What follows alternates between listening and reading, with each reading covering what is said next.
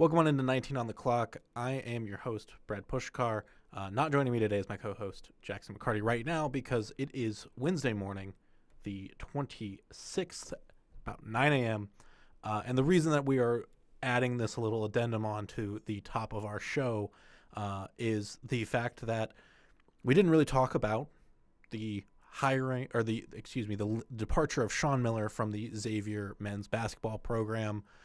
That was announced on Sunday and Monday type thing. Rumors start circulating on Sunday, going out on Monday. And both Jackson and I, when we recorded this episode, decided we didn't really want to talk about it too deeply until Xavier had made a decision on who to hire.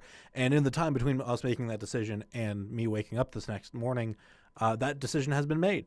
And Richard Pitino, the son of Coach Rick Pitino, is the new Xavier head coach. Now, he started out at Florida International, took a season there with the Sun Belt Conference, went on to coach at Minnesota from 2013 till 2021 until he was let go by the program there, and has been at New Mexico just recently finishing with a 27-8 record, 17-3 in the Mountain West, and getting to the round of 32 in this year's NCAA tournament. So I wanted to make sure that we add that on, that our Joe Daneman and sports team has been covering that all last night, and we'll be covering it more fully. And Jackson and I will dig a little bit more deeper into that topic coming up next week. But now, here's your regular episode.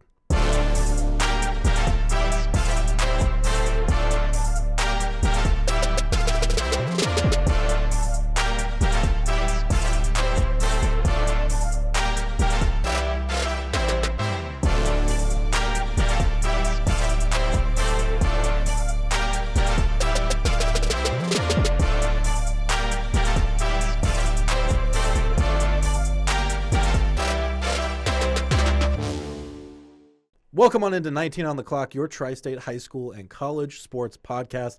I'm your host, Brad Pushkar. Joining me, as always, is my co-host, Jackson McCarty. And Jackson, we're in tournament time.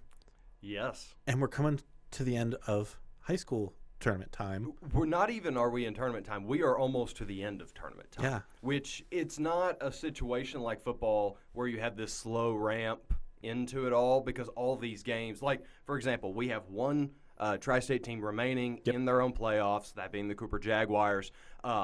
We'll talk about them today, but we'll know if they are champions of Kentucky by the next time you and I are sitting down for this podcast.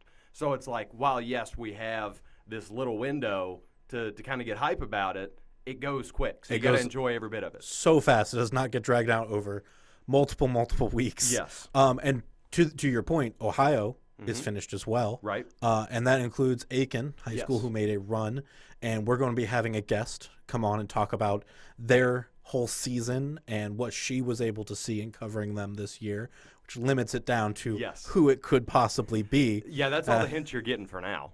But and, maybe if you read the description, you'll know as well. Yeah, we're pretending like you guys don't know. But yeah, but it's also March Madness. NCAA tournament is underway in the Sweet 16 for both men's and women's. Last week we went through and did an entire bracket of men's games. I actually have not checked how we were doing, and I'm going to do that as we go. So I did. I tried to do a little follow along on the ESPN one while we were doing it. I do think I might have missed getting caught up in conversation or whatever. It looked like we were kind of middle of the pack. I was going to say, I know my personal one is at a 50% right now. Okay. And I don't think we went too crazily off. We have 44 points. Okay. And we are ranked 1.63 millionth overall. Look at us. So we're doing great. So thank you all for listening to us and picking with us and losing your money. Yeah, and failing with us as well. True story. My personal bracket was in the 99.2nd percentile going into Sunday. Hey. And then now it's in the 80-somethings. But well, and if people question my picks for the men's, and rightfully so, sorry. The good news about the women's side of things is the bracket that I have with some friends, is in the 99th percentile. There you go. With one mistake, and we'll Whoa. explain that mistake when we get there. Okay. That's I learned that with you guys. Yeah. I did not know your women's bracket was cooking like that. I don't know how I did it. Or actually, it might be two mistakes, but there's only one mistake in the Sweet 16. Like meaningful mistakes. Yeah, gotcha. It was. I think I missed a couple first rounders, but but only one or two. Right. And then my Sweet 16 is 15 out of 16. Wow. But let's talk about these Sweet 16 matchups. I wanted to kind of go over all of them and basically present it like our topicals right. in a way. Yeah. So what's the big headline? What needs to happen, and kind of things like that. So I'm gonna kind of go down the list as they were like south, east, whatever. So we'll start off with Auburn and Michigan. Okay. So Auburn started off dropping over 80 points a game, but Michigan just dropped 91 against a Texas A&M team. Yes. Michigan also being a team that you were very hot on. I was vocally high on. Mm-hmm. We had a viewer that messaged in and yes. was not as much in agreement with it. We haven't gotten to the 8 yet, which is where I had them in our thing. But yes. They've been looking good, man. They do look good. I think that it's kind of this thing where it's almost like, does the right Auburn show up against this Michigan team to be able to move on to the Elite Eight? Yeah. Well, and I would even argue that Michigan is a more team-centric approach to everything, whereas Auburn really does feel kind of like the Janai Broom show, which was kind of our hesitancy when we were building our brackets, how far the Tigers could get here. And then when you run into kind of an operation like Michigan's been running, they've got that lightning in the bottle. They look comfortable, a lot more comfortable than I think anybody really expected them to be at this point in Dusty's path and all that. It's working out quite well for them. Yes. And so I think that's going to be one of the good games to watch, legitimately. That I would, if no matter what I'm doing, I'll be like, I'll try to tune into that one. Moving on, it's then Ole Miss versus Michigan State. Yes. The way that I basically look at this is Izzo's time to prove that he is the top dog of old guard coaching. Yes. Because if I'm not mistaken, he is the oldest coach left. Yeah, but he would still fall into that same bucket as Cal, who's still alive. Yes, I think the difference though is that Izzo feels like he feels more like a Patino. Yes. Whereas Cal feels like after Patino in a way. Is Izzo older than Barnes? Because Barnes is like 70. Like he's Let me up double there. check ages. Izzo's 70. Okay. I think Barnes might also be 70. He is also 70. Yes. Okay. Yeah. But also with Izzo, he's been with Michigan State since '95. True. And I think that's another thing where it's like, you've stayed with this team for so long, you're kind of reaching that age where they're probably building someone up to take over the program in the long run. But do you still have it? Right. We'll see. Meanwhile, Ole Miss and Chris Beard are fighting fraud allegations. Yes, and they're doing a pretty decent job. Very strong job of it. We, again, not a team we were particularly high on when we sat down this time last week, and another one of them that's just kind of been like, no, man, like what we showed you in the regular season, we survived the SEC, which is proving to be not as tough as we all said it was, but is still probably the toughest conference that basketball had to offer this year. There's still a ton of SEC schools left in this bracket. Right. You know what I mean? Now, granted, when you have 9 of them in the thing, you're going to have a handful remaining. But all the big ones, for the most part, are still there. Tennessee, Auburn, Bama, Kentucky. Obviously, Ole Miss is Ole Miss and Arkansas. I think the two that were probably not expected to be here. Exactly, and I was about to say Arkansas certainly not having to run into St. John's there, but no, Ole Miss is again kind of caught lightning in a bottle here and found their way in this tournament. Yeah. Next up is Florida.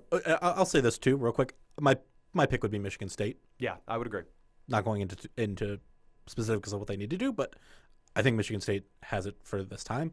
Florida versus Maryland. The close game against UConn, and tough look for UConn with Dan Hurley afterwards. Yeah. And also their athletic director threatening a reporter. Okay, so that wasn't a fake report. I was going to mention that was it. a real report, yes. Because I saw it, and I was just like, the part that made me be like, is this fake? Is taking away the recruitment and the whatever. Now, don't get me wrong. Like, there needs to be some kind of punishment and whatever, but, like, I don't know if. I don't think, like, the NCAA will necessarily drop a punishment for a comment made to a reporter. Right. It needs to be in-house handling of that AD. It doesn't need to be. Yes. And so we'll obviously we'll see what happens with that. Maryland also, though, a close win to now face Florida. So this is kind of this weird thing of I think that the Florida's win over UConn was tougher to get, not because Florida's a worse team than Maryland, but just rather that what's the word I'm saying? Hurley's a two-time defending champ. Yes. He knows what it takes to be here. You knew his team was going to perform at least up to the standards it's set to this point in the year. Yes. And probably a little bit higher because, again, Hurley knows what the dance is like. He's gotten pretty comfortable and wins a lot in it. He's back-to-back. Exactly. You know what I mean? So to take down the double defending champs, even if they weren't what they've been those last 2 years. Right. But, yeah, it was the Colorado State. I was trying to remember who they were playing. Yeah. Was blinking on me. But, that Maryland struggling against Colorado State is different than Florida struggling against UConn. Very. In the long run. Very. And so I still think that this is Florida's section of the bracket to lose at this point. Which brings us to our next team. Quickly, though, I do want to shout out Derek Queen because that was a sick shot. That was a sick shot, and he has by far been the funniest thing interview happening within this bracket this year. Why do you respect your coach? Because he pays me the money. Yeah. Come on now. Like, that's what we need. How do you handle that pressure? Well, I'm from Baltimore. Exactly. There we go. Exactly. But that does move us on to the next game, which is Texas Tech versus Arkansas. Can Calipari make an Elite Eight again? Him making the 16 is a shock, to be perfectly honest. Be it in the first round against Bill Self, be it in the second round against Patino, like those were two big coaching battles for him, especially for a guy who has spent a lot of his career being criticized for not being that good of a coach on the sidelines. And he has looked far more engaged than I've seen him in a long time, and he seems a lot more bought in on the concept of proving everybody wrong with this new team. So there's plenty of juice there, that's for sure. Yeah, and we said it early on with the Kansas game that this Kansas team has not been Kansas of old. Kind of like how the UConn team hasn't been UConn's of the last few years.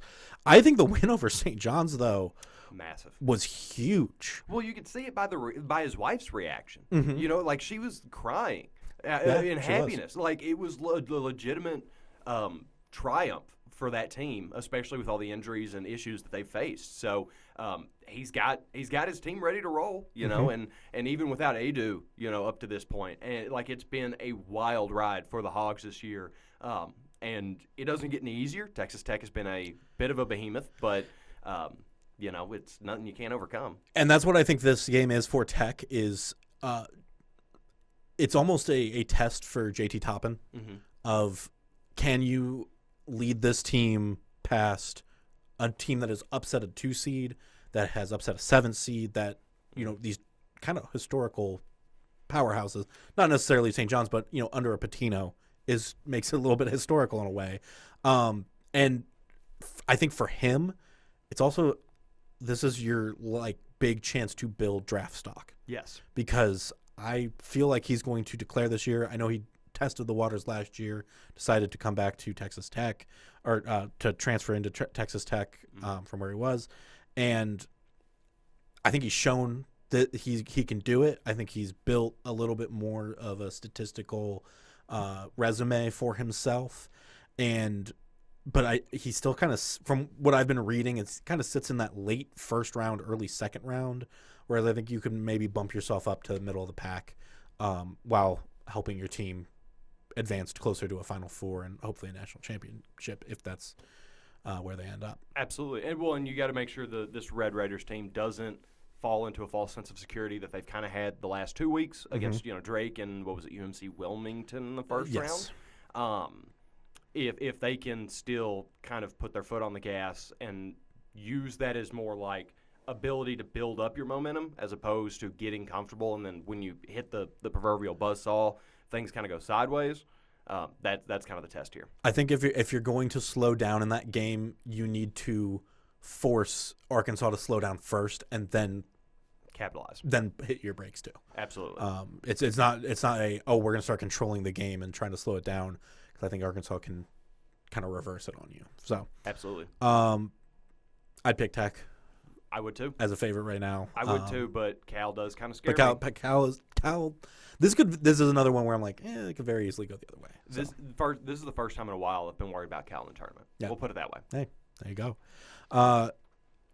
Duke versus Arizona. Yes. Duke has the talent. Yeah. Just got the prospects. They have the chemistry. Got the chemistry. They're in a groove. Flag. They have Cooper Flag, which is really the ultimate. They have the talent and the prospects. Yes, there you go. Because there's so I was just checking out big boards a little bit ago because they've already started for the NBA draft months in advance. Which let me get through the NFL draft first. That I agree, but I like to just check it a little bit. But even ones where it's like, here's like the top 15 players. I'm like, why are there 4 Duke players in this? I tell you why, because they're all really good. Yes. That's why.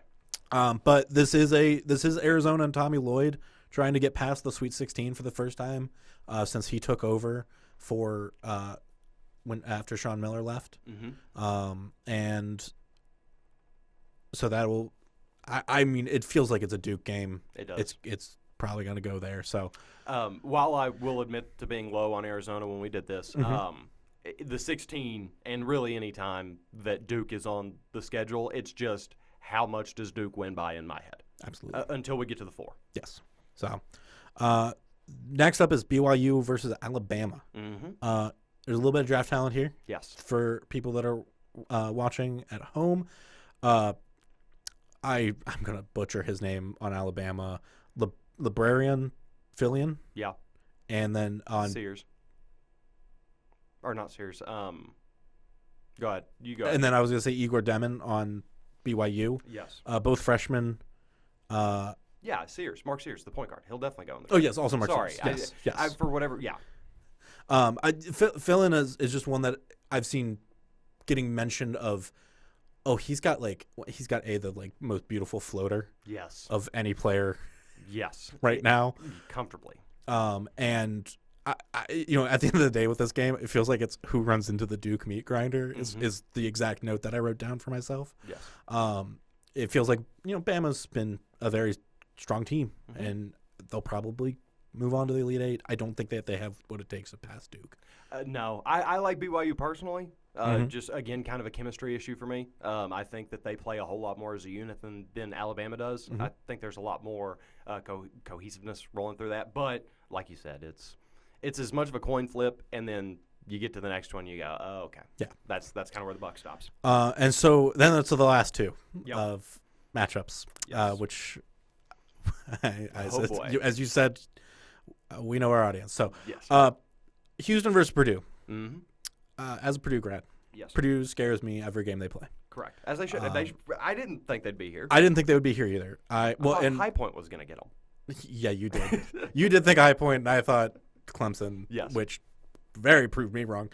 I think if Houston plays well, even with Braden Smith and Trey Kaufman-Renn being pretty much stars for Purdue at this point, they don't run a game like Zach Edey did. No. And you have Caleb First and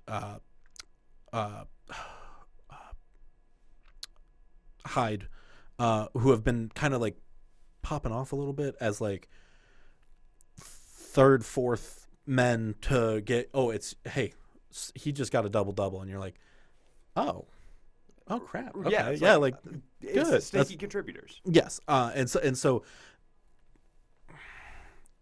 I think it's a little bit of a upset chance if that whole Purdue team works as a cohesive unit, to me it feels like Houston's probably going to run away with it. I'll be pretty confident on who wins this game based on what Purdue's field goal percentage is after about 8 minutes. That's also a very good point. That's going to tell me what I need to know. And if they're now, granted, they could figure it out in the second half or whatever. But if they can't get off to that hot start against Houston, I think it's over. I agree. And finally, UK versus Tennessee. Yes. Fun battle. I did break this up a little bit in my notes. I said UK showing they're not really dependent on one player. Nope. Starting five kind of shared the load over these first two games, where like Andrew Carr led in points in their first game, and then I think got 6, but was getting 10 rebounds in the second. Right. If you're not contributing points, you're contributing boards, and I think that's huge. Yes. And helps keep that offense moving. Jackson, what have you thought of Tennessee? Yeah. Because I know you watch them very closely. Yes, I do. I obviously being a Tennessee fan. So my big question coming into this bracket was, is Chaz Lanier capable of having a Dalton Connect type tournament run? He is. We've seen it.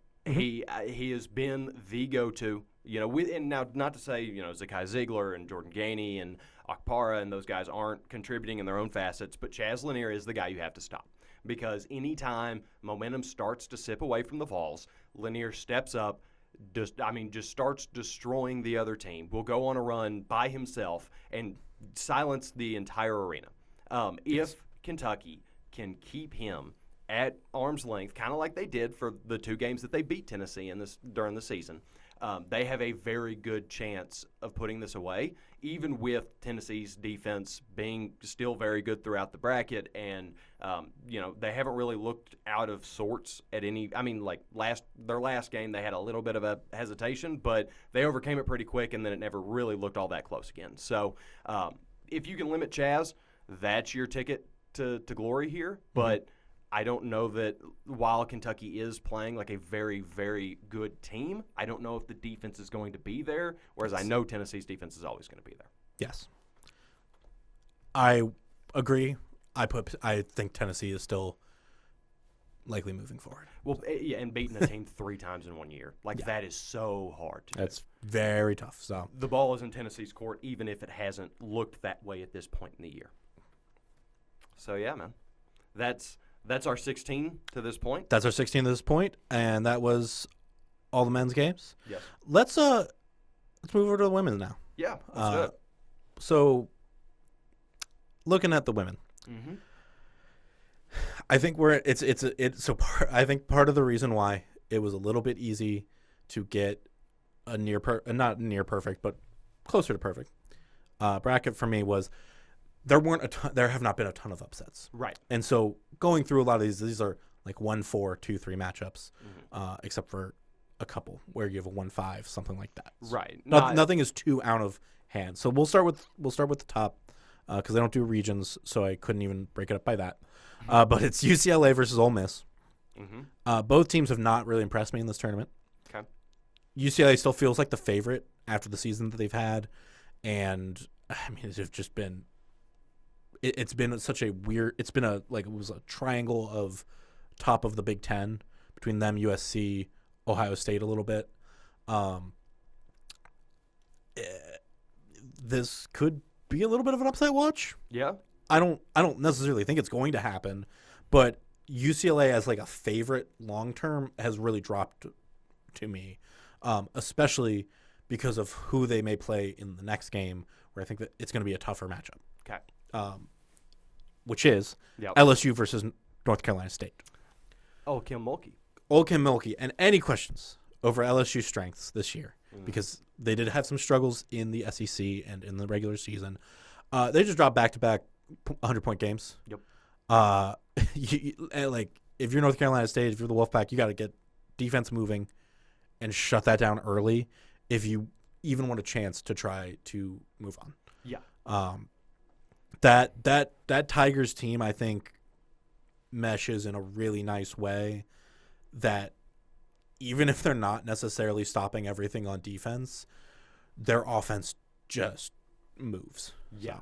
So obviously I've been more on the men's side of stuff than the women's, but I did watch LSU's last game, and the first thing that I really noticed as I was kind of paying attention to that is how much more significant it is to have a good coach in women's college basketball. Absolutely. Because the pay isn't there yet, unfortunately. It is going up, and they're trying to get it closer, but Sure.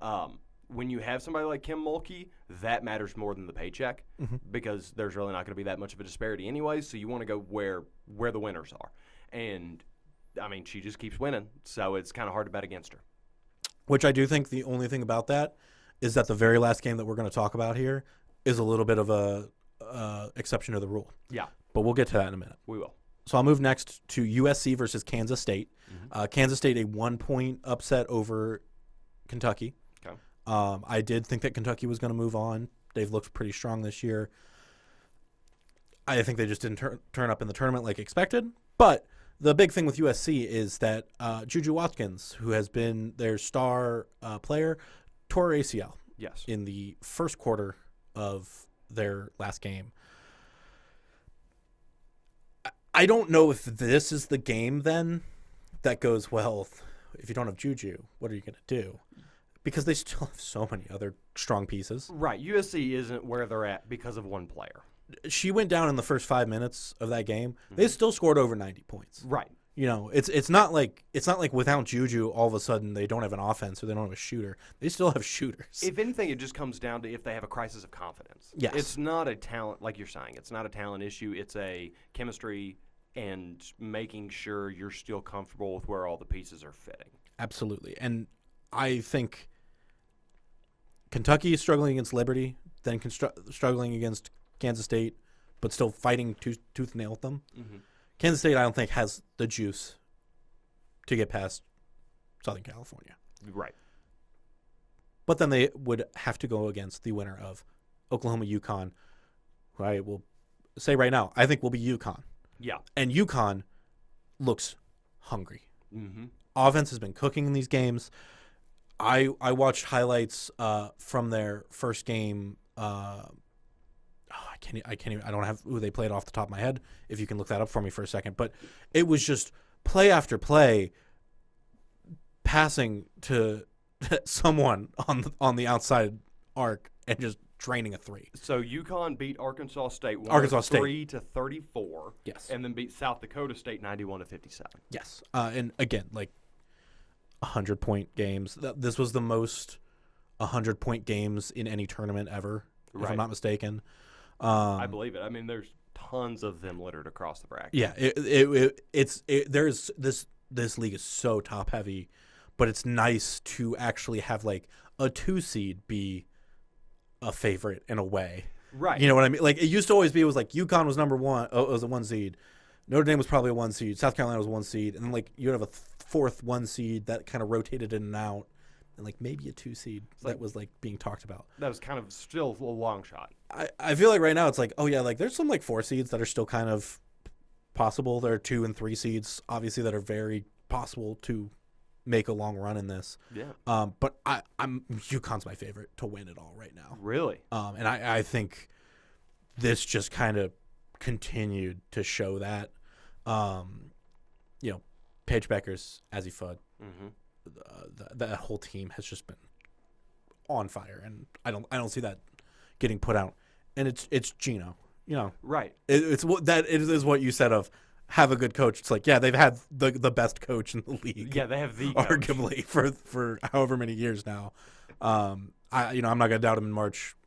So, nor should you. Looking forward. They are another coach on ESPN, by the way. They make up ranked number 20.4% of winning brackets. Yeah, I believe that. I saw ESPN did rank them as the number 1 team in the Sweet 16 for their power rankings moving forward too. But another coach that has had some success, Dawn Staley, South Carolina, playing Maryland. This is one where I go interesting because South Carolina only scored 64 points against IU, who scored 59. Yeah. A lot of points against them were open, like weirdly open looks and like kind of like losing your assignment. Right. It was weird to watch. One, because IU had these black uniforms, and I was like, why is IU in black? But also because I'm like, South Carolina doesn't give these kind of plays up often. Right. It was just like, oh yeah, just somebody like a player bolting in under the basket, hands up, open pass, and then South Carolina's trying to run to actually cover them, and you're like, why'd you let that open in the first place? Like, right. What happened there? Where's the focus at? I don't know if it's just the way that IU played a more spread out small ball type thing, because that didn't look like they were playing a traditional 3-2 or anything like that. So it could have just been a weird matchup that South Carolina was able to struggle through, and now they're going to lock in and move forward with Maryland.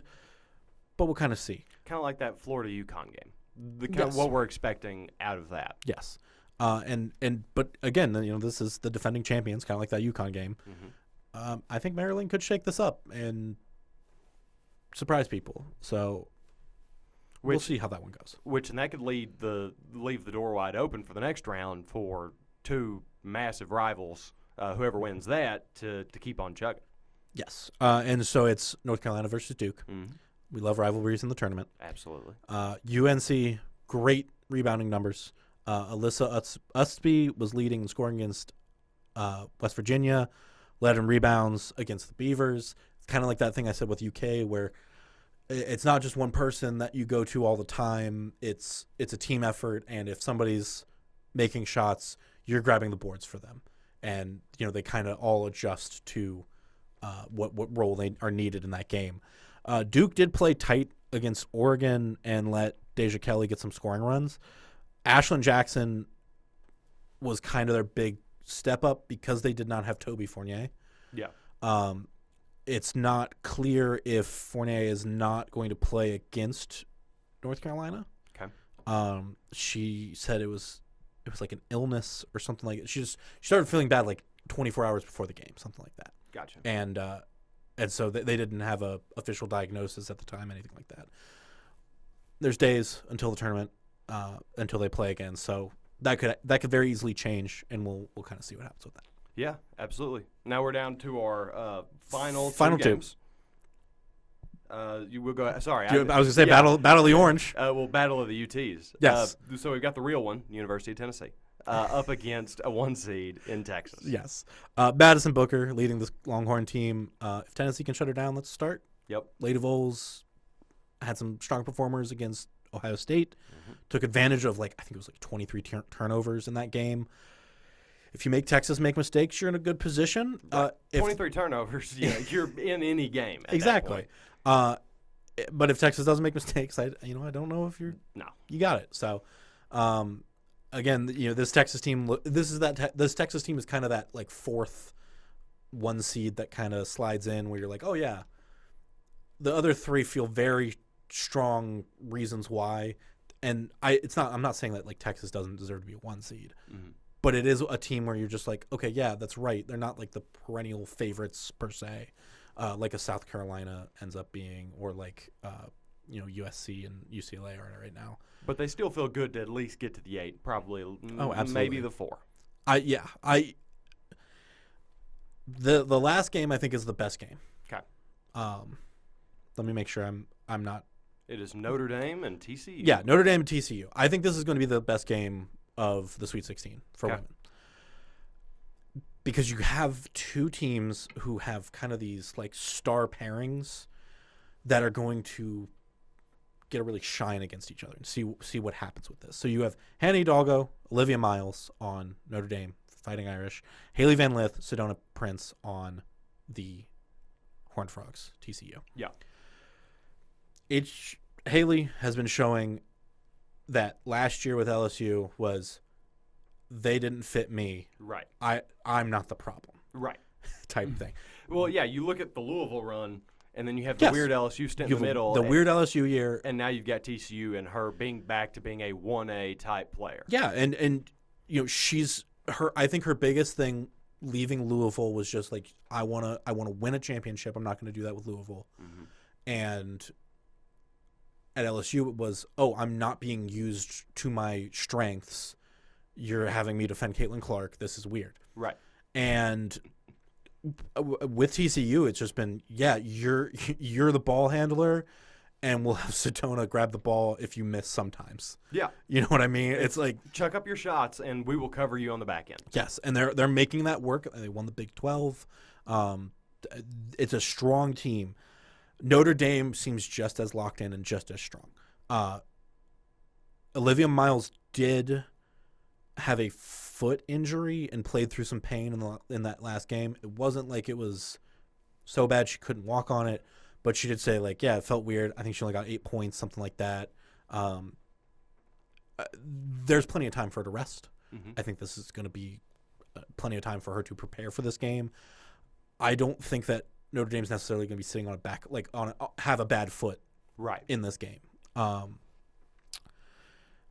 If Notre Dame just plays their game, doesn't let TCU get to them, I do think that there's a good chance that Notre Dame team pushes through. But this is a game that I'm like, I don't even want to try to guess who's going to win this. You just want to enjoy it. I'm going to enjoy it because I like both teams personally. I think both teams have like from a fascinated fan aspect. I have no ties to either team, but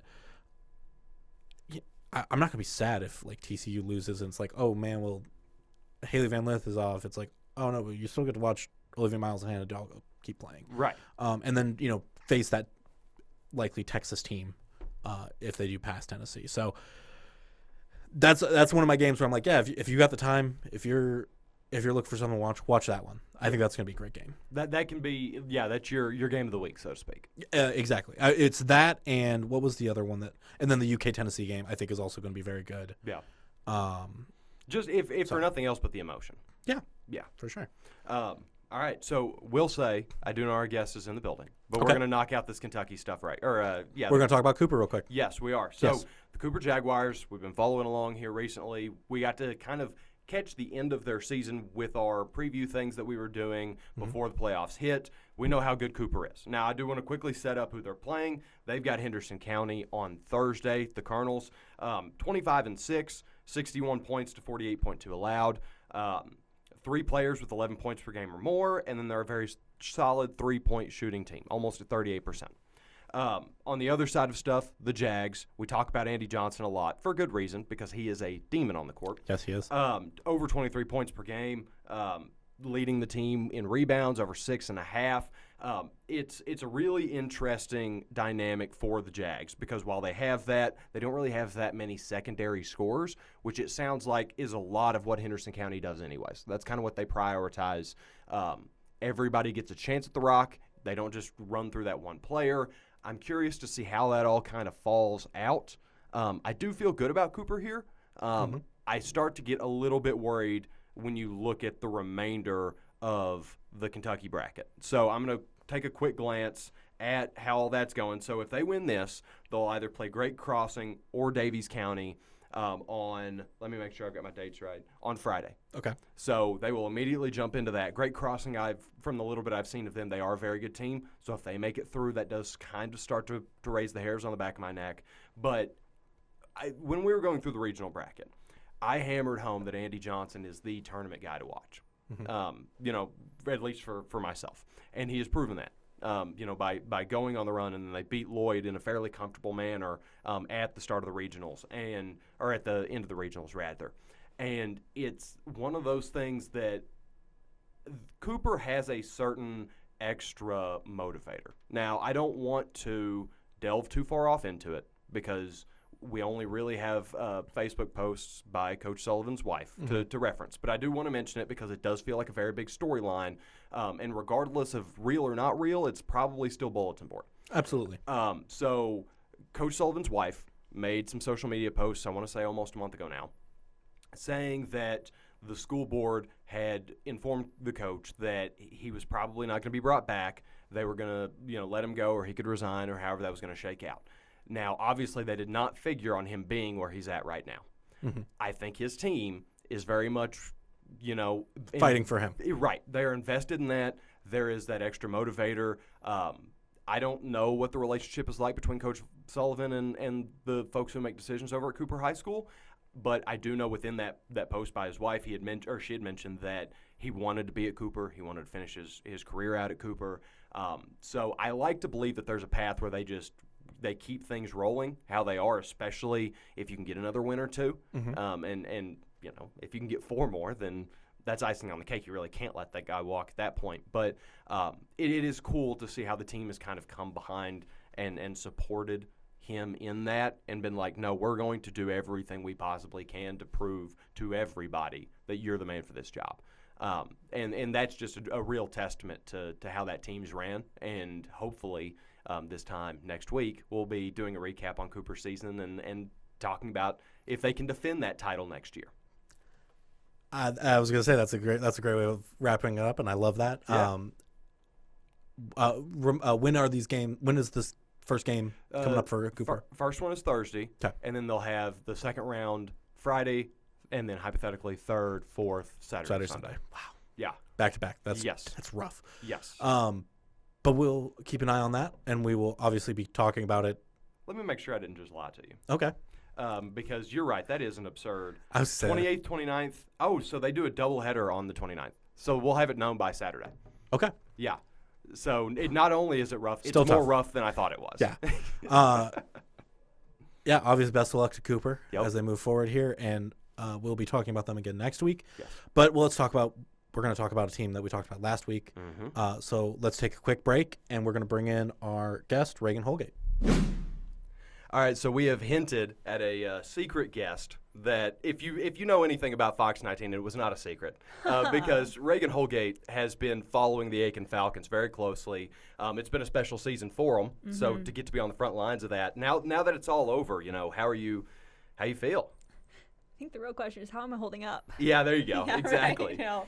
No, I mean, man, that was so much fun to watch, to see it all happen because, look, our job is to be unbiased and to, obviously to cover these kids and to cover them from the beginning to the end. But when you see them make history, like they did, they started out, I think I talked to them the first time when they were 16-0, and it was just kind of like, man, I can't believe that we're here. And then you see them make a run to the state championship. And it's like, obviously you're going to root for these kids. Like, you want them to win. It's just such a good group of kids.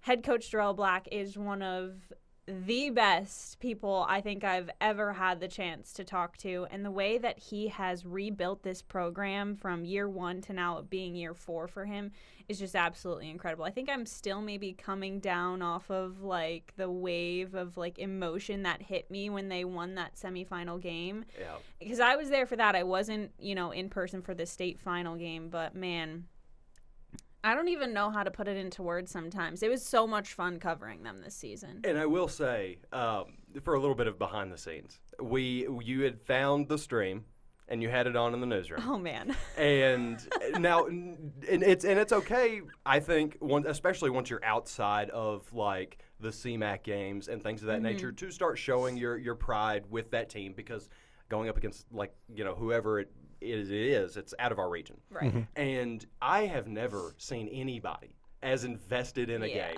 as Regan Holgate Fox 19 now, because it was problems. but it was and Aiken being the emotional roller coaster that they are with being a second half team. Man, it was a lot. But kind of how their season ended. I guess my question is, how did they get to that point? You know what I mean? Like, how did the culture and everything kind of come together for them to make that kind of run? Well, it's interesting because, so many teams will tell you that, ahead of the season, we had it written in the locker room that, a state championship was the goal. And look, Aiken was one of those teams. It's been written on the board in their locker room since before the beginning of the season, since I think, Coach said during the summer, like that was their goal. Everyone wants to win a state championship, but not everyone does, right? And Aiken never has. So you're sitting there and you're like, okay, they want to do it. They've started out a perfect 16-0. They're setting records in the CMAC. This is the best start in Aiken program history and all of these things. And you're like, maybe they can do it. And then you just kind of see them continue to keep rolling. And when I got here to Cincinnati, the guys had always told me, like, yeah, sometimes we have these standout teams in the regular season from the CMAC, but then they kind of fizzle out in the postseason. And so I was like, okay, maybe that's going to happen with Aiken. Right. But you just continued to see them keep rolling over everyone, and it didn't seem to matter what would happen in any kind of game, but they would always be able to come back and to get out of that hole. You saw it in the state championship game. They were down by 19 points. Yes, I was they were. unwell. I was not a sane person during that state championship game because I made sure I got into work so I could see the fourth quarter because I'm like, look, this is all that matters, right? The third quarter clearly was what mattered. I think they went on like a 23-7 run to bring them back within it, which is crazy. It was something so off the wall. Like, shouldn't even be possible. No. Yeah. When you're down 19 at half, you're kind of just thinking, all right, how do we, like, maybe put a Band-Aid on this thing?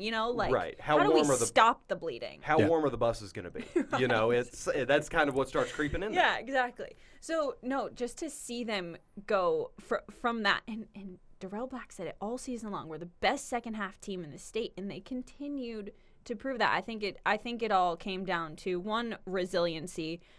Darrell Black's a great coach, and those kids bought in from the start of the summer. They knew exactly where they wanted to be, and they got there. And you also have to think they had 8 seniors on this squad, so it was these guys that started with Darrell when they were freshmen, and now got to this point in their senior season. Absolutely heartbreaking the way that it ended, obviously, and they wanted that state championship win. And I do hope that they can obviously get back to this point, but. Man, oh man, I remember the semifinal game. I keep looking over at Jackson. I'm like, Jackson, I'm like sweating. I'm like sitting in the chair, and then I'm standing up. I'm pacing. I'm like, oh my goodness. And all the while, she's getting ready to build out a hit to talk about the game, and she's just trying to keep it all together. It was not okay. It was phenomenal, though.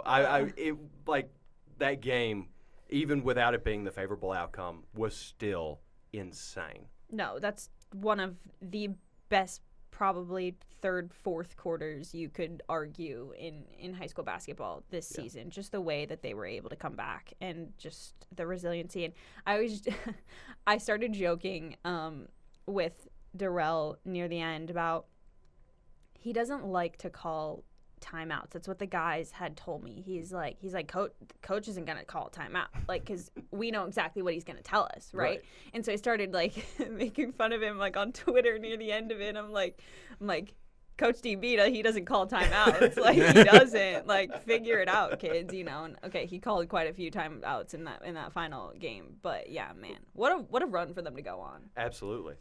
Is there anything that you think that from watching this team, the lessons that the kids are learning that other schools, other teams can take away from their run that, is something you can start applying to your team? Like, if whether it's Winton Woods, whether it's, Sure. any other school, of this is something we can kind of copy and put to practice. Yeah, bring into our culture as well. I think it just all comes back to no matter what situation you're in, how many you're down, what it could be, like, you can always fight your way back, right? We saw it in their postseason game against LaSalle, too. I only shot the first quarter of it, and I was like, okay, LaSalle is, like, kind of carrying this. It seems like it's going to be a good game. And the only time they led in that game was the final score. That's crazy. Jeez, yeah. And that's Aiken. That's Aiken. That's their brand. It really is. And, It was tough to watch Darrell Black talk after the state championship game and just kind of be like, man, we are the best second half team in the state, and we showed that. It's just our first half was too bad this time. Yeah. Mm-hmm. Yeah, because it's hard to come back from 19 down. Like, not a lot of teams can say that they've ever done that, right? Yes. But I think the resiliency, I'm going to continue to use that word, and just the fight that they've always continued to have no matter what. And look, a lot of that goes to the Aiken community as well. Like, they showed up in those games. In the semifinal game when they were at Wright State playing in Dayton, I mean, it was deafening sounds as again, because they had to make another comeback. Fun fact, they never led in any well, they did lead, but they always trailed in all of their postseason games and continued to find a way to win all of them. That's just apparently the Aiken brand, but I'm here for it. It gives me a little bit of anxiety at times because it's just like a continuous Your heart doctor's not digging it, but yeah. Also, I kept getting messages on my watch that said like loud environment. Your environment has hit above 90 decibels because again, Aiken fans showed up and they showed out. And I do think I've asked, when I talked to Aiken earlier in the season when I sat down with him and did that story on them, Coach was like, I'm in a hard position here because we're making this kind of historic run right now, but it's like, where do we go after this, right? You have 8 graduating seniors.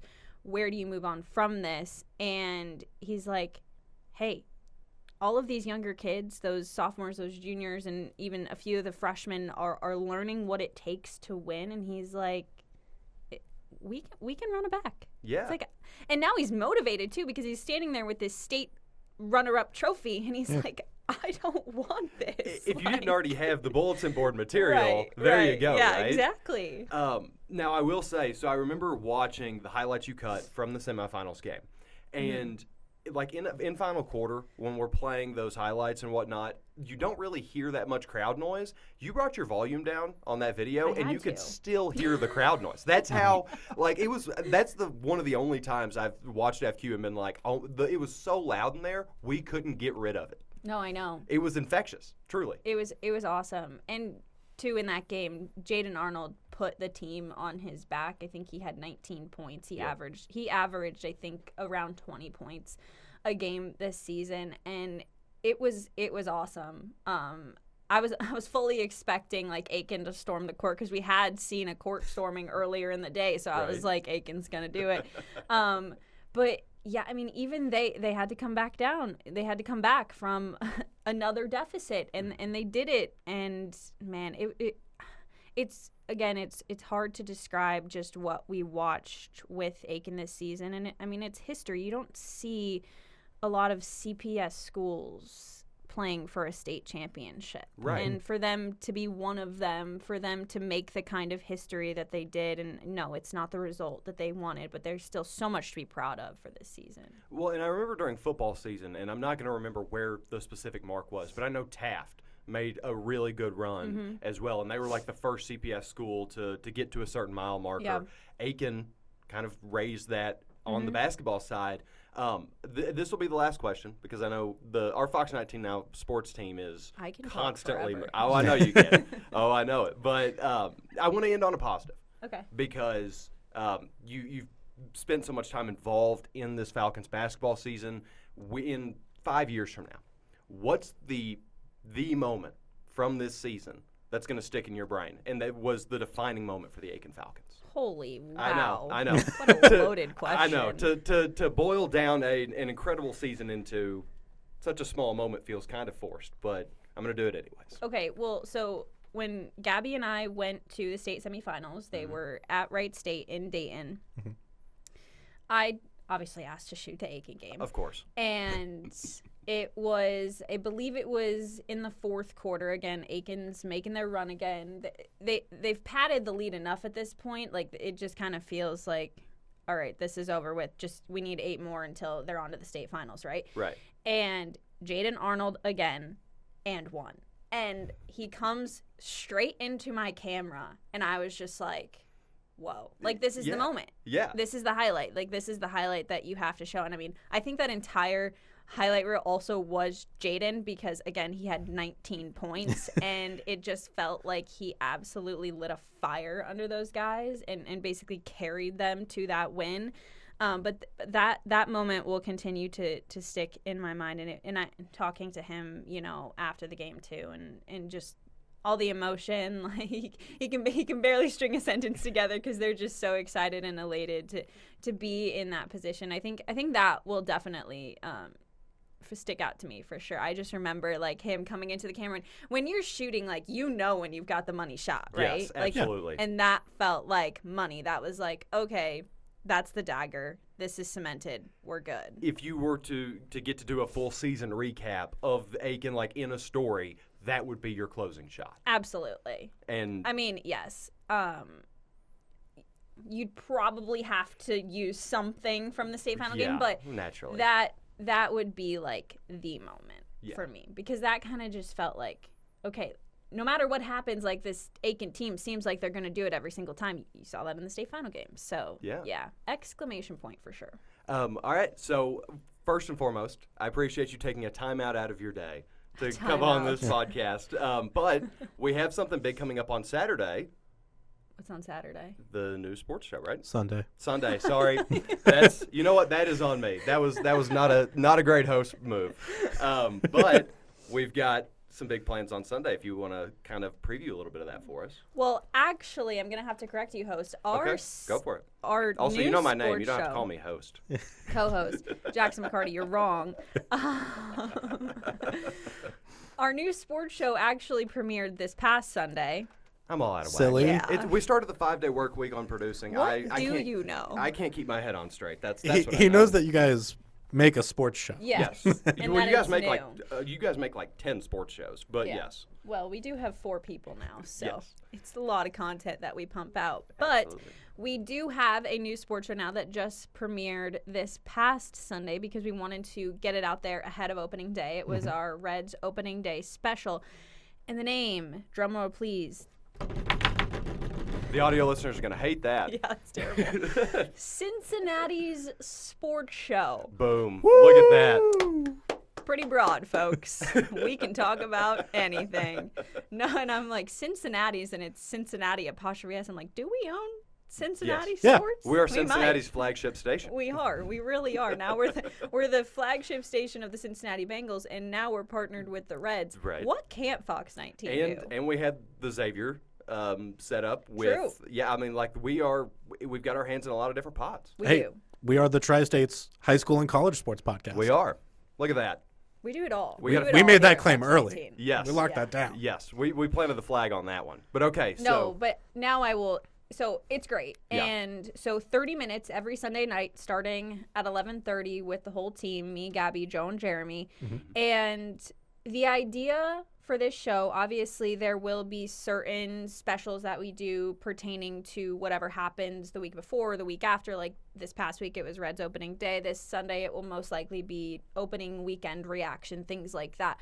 But it gives us a platform to kind of just talk about whatever is going on in Cincinnati sports that week. We want it to be more conversational than anything, and to bring in guests and coaches and talk to the players and things of that nature. Just different than, the normal highlights that you're going to see on the Final Quarter or Sports Wrap. More conversational, being able to just talk about what's happening in Cincinnati sports at that time. right, and getting to be yourselves a little bit more. Sure. And while working in all those important topics around the tri-state. Yeah, I think it'll be good. I'm looking forward to it. And I had one viewer comment, 11:30, that's so late. And I'm like, you're But telling me. but we had the Bengals show in that same window. So and Bengals Breakdown did really well. And that will return come Bengals season. This is just branded as Cincinnati Sports Show right now. But then come NFL season, it will be back to Bengals Breakdown and all things Bengals. But right now, there's still plenty to talk about. We're headed into, obviously, baseball season and a lot of FC Cincinnati, too, before we get back into football season. So I'm excited. Yeah, and so 11:30s on Sundays. I presume it's also through Roku and all that stuff. You can all of find the streaming channels everywhere. And on the Fox 19 Sports app, which is free, folks. Absolutely. Which is also where you can find the podcast. Yes. Along with anywhere that you stream your podcast, Spotify, Apple Podcasts, Amazon, all those. So be sure to download the Fox Sports app. Check out the Fox 19 Sports webpage as well. Yep. But that's all that we have for this week, folks. So Absolutely. thank you all for joining us, and we'll see you next week. Have a goal.